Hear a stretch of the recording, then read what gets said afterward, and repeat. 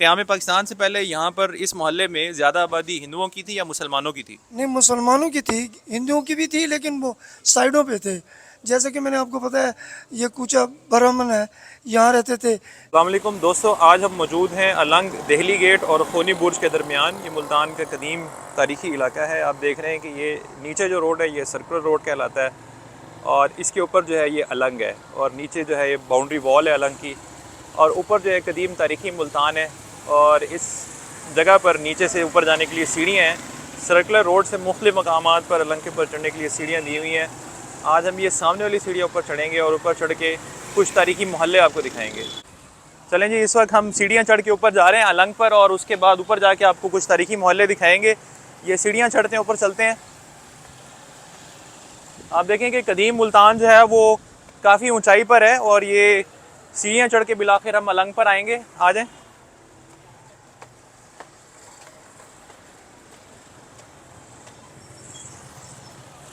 ये हम तारीख़ी मुल्तान में पहुंच गए हैं, जो कि असल ओरिजिनल मुल्तान है। आए अब अंदर चलते हैं और अंदर तारीख़ी मोहल्ले आपको दिखाते हैं।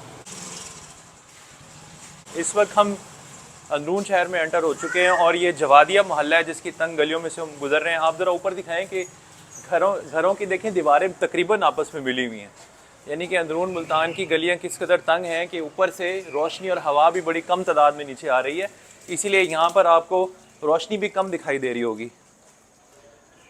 और ये देखिए खूबसूरत किस्म के लकड़ी के पुराने दरवाजे हैं, पुराने घर हैं, और ये ऊपर देखें ये बिल्कुल आपस में मिली हुई हैं गलियाँ।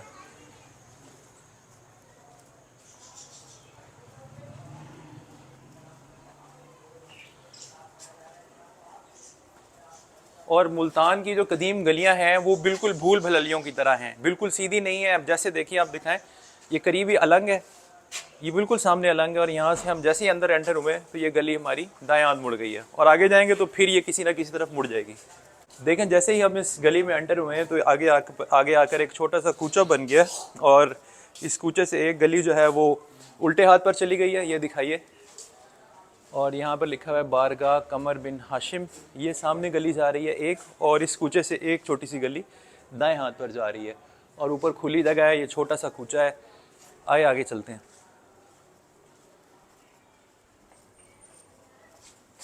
ये जवादिया मोहल्ला हमने आपको दिखाया है, और ये देखें, मैं आपको पीछे एक पुराना दरवाज़ा दिखाना चाहूँगा। पुराना घर तो नया बना दिया है, लेकिन दरवाज़ा अभी तक ये कुछ पुराना लगा हुआ है।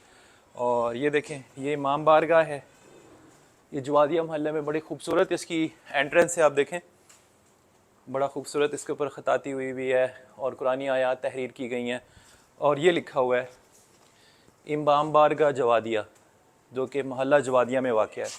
अच्छा, जैसे ही हम इसको क्रॉस करेंगे गली में तो मुल्तान के एक ऐसे तारीख़ी मोहल्ले में एंटर हो जाएंगे जहाँ पर हिंदुस्तान का एक बादशाह, मुग़ल दौर से पहले का बादशाह बहलोल लोदी पैदा हुआ था।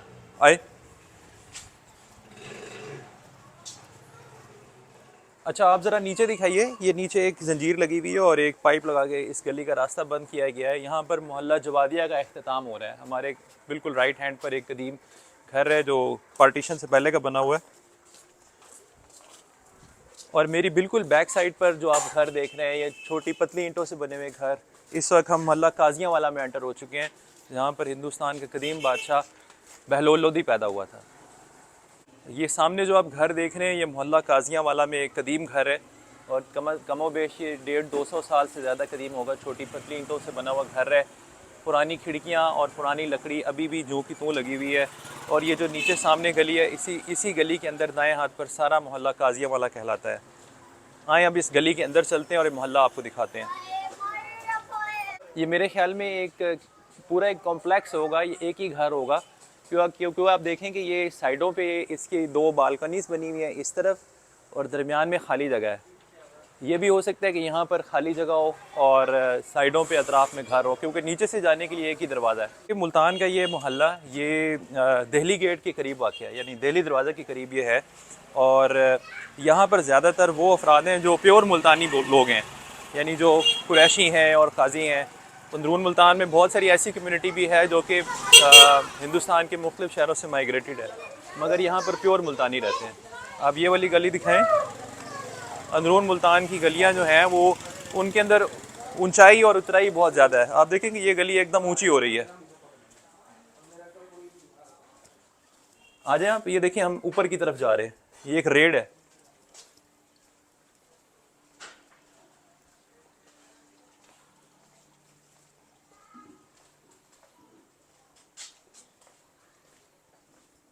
ये देखिए मतलब कैसे ऊंचाई पर हम ऊपर की तरफ आ गए हैं। अच्छा जी, मोहल्ला काजियां वाला में घूमते घूमते हमारी नज़र एक बड़ी खूबसूरत और शानदार बिल्डिंग पर पड़ी है, जो मैं आपको दिखाता हूँ कि ये दो अतराफ में इसके गलियां हैं और ये पीछे की तरफ जाते जाते ये इमारत फैल रही है दोनों साइडों पर, और सामने से ये सिकुड़ी हुई है। ये आपको दिखाते हैं, ये देखिए, और तकरीबन ये 4 मंजिला इमारत है।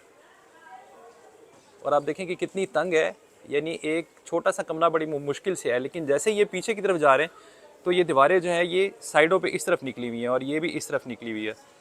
मैं आपको करीब से इसके ऊपर जो नेम प्लेट लगी हुई है वो भी दिखाता हूँ। और इसका ये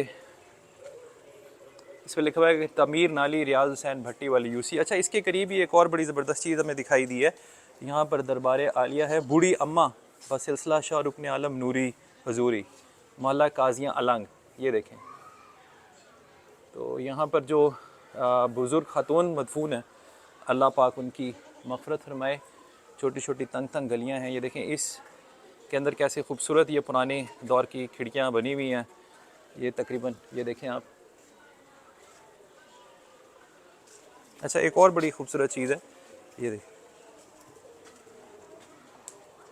देखें, ये जो ईंटें हैं इसके अंदर का आप डिज़ाइन देखिए, ये ब्रिटिश एरा की बनी हुई बिल्डिंग लग रही है ईंटों और चुनाई के एतबार से।